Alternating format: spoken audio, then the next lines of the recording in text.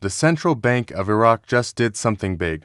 Not with a press conference, not with a dramatic announcement, not with the kind of fanfare that makes global headlines, but in Erbil, in Baghdad, in the quiet meetings and digital launches that most media outlets ignore, the CBI executed a move that fundamentally changes the trajectory of Iraq's financial future. And nobody is talking about it. Let me take you inside what just happened on February 9, 2026, in the heart of the Kurdistan region's capital. Central Bank Governor Ali Alaq stood beside Prime Minister Masroor Barzani and officially launched ePsûLE, a unified electronic payment platform. This was not just another government website. This was the death of cash dependency. This was the birth of financial transparency. Alaq was remarkably candid about why this matters.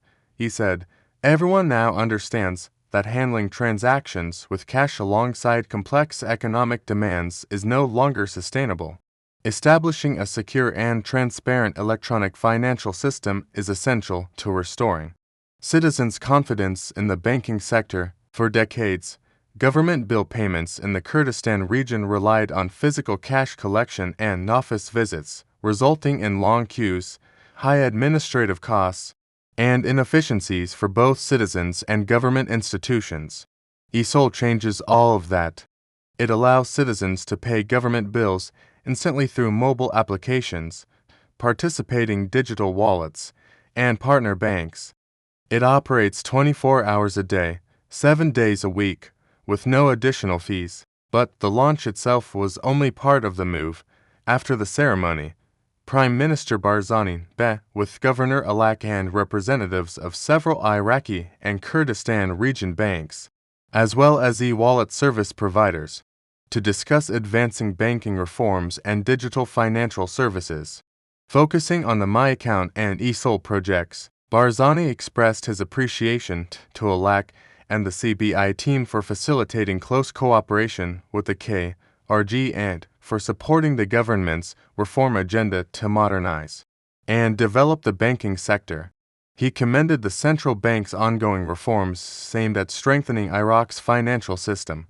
For his part, Alaq praised the Prime Minister's vision for banking reform and the digitalization of public services, reaffirming the central bank's full readiness to continue coordination and cooperation with relevant KRG institutions. This is the big move that nobody is talking about. The CBI is not just talking about reform, it is executing reform in partnership with regional governments, with international standards, with real-world impact. Just days earlier, on February 5th, Governor Alaq met with U.S. Chargé d'Affaires Joshua Harris in Baghdad.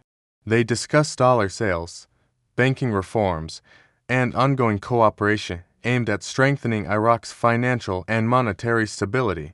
Harris praised the significant reform initiatives undertaken by the Central Bank of Iraq and affirmed the United States' full readiness to continue supporting the efforts of the Central Bank of Iraq, enabling it to achieve its goals in enhancing financial and monetary stability. The meeting came as Iraq presses ahead with efforts to reform the banking sector and regulate dollar transactions amid heightened international scrutiny over financial compliance and money laundering. U.S. officials have repeatedly stressed the need for stronger financial governance to curb illicit financial flows. Harris also praised the CBI's distinguished and productive relationship with the U.S. Treasury Department and the Federal Reserve. This is not the adversarial relationship of previous eras. This is coordinated cooperation between central banks and treasuries, working together to ensure that Iraq's financial system meets international standards. On February 10th, just one day after the ePsûLE launch, Alaq sat down with Ruda in Erbil for an extensive interview that revealed the foundation upon which all of these reforms are built. He stated flatly that the central bank is not studying the topic of changing the exchange rate, calling market speculation great confusion and misplaced. He dismissed any link between the budget deficit and currency adjustment as an incorrect link, but then he revealed the numbers that make everything possible. Iraq's foreign reserves now exceed $100 billion, including more than 76 tons of gold. The money supply stands at approximately 100 trillion dinars. And then he gave us the number that defines the challenge and the opportunity. More than 80% of that money supply exists outside the banking system. 80%, trillions of dinars circulating in the shadow economy, invisible to tax authorities, unavailable for productive lending, and entirely beyond the reach of monetary policy. Alaq was remarkably candid about the cause, primarily linked to the phenomenon of tax evasion and non-disclosure of revenue levels, profits and income that are achieved, especially in the trade sector. And then he explained the solution. If money owners feel reassured about the existence of a fair and transparent tax system, they will bring their money and deposit it in banks. Reassurance. That is what the ePsûLE platform, the U.S. cooperation, the banking reforms, and the digital transformation are all designed to manufacture. Alaq also addressed the customs reforms that are working in tandem with the digital initiatives. He said the government's position is clear: applying the tariff, applying the e-PSûLE system, and applying the advanced customs declaration. The government is proceeding with it, calling the measures beneficial beyond fiscal gains. These reforms are already having an impact. On February 24th, the Supreme Judicial Council announced that the Kurdistan Second Investigative Court had recovered 15 billion Iraqi dinars in connection with a financial fraud case. The amount was recovered from a company found to have violated the law by exploiting exchange rate differences in U.S. dollar transfers conducted abroad through fraudulent means. The court said it would continue legal proceedings against other companies that have adopted unlawful practices to generate large profits at the expense of public funds. The rule of law is expanding. The message is clear. The old ways of profiting from the system's opacity are ending. But not everyone is happy with the pace of reform. On February 8th, hundreds of traders and customs clearance company owners protested in central Baghdad, demanding that the government reverse the new customs tariffs. The new tariffs, in some cases as high as 30%, have sharply increased costs. One trader reported, "We used to pay about 3 million dinars per container, but now in some cases they ask for up to 14 million.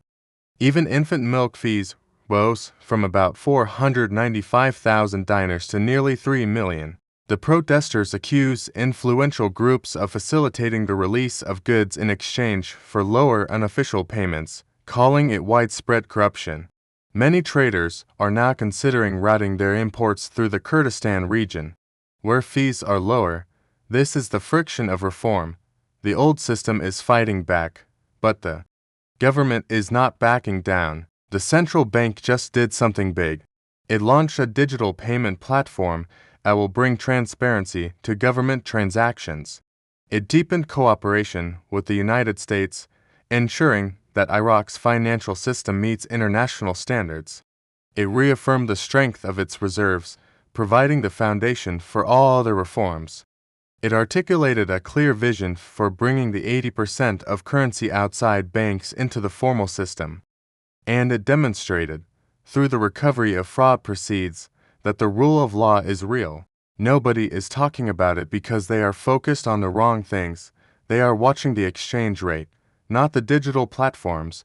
They are watching the protests, not the reforms. They are watching the political deadlock, not the economic execution. The move is real. The question is whether you are paying attention.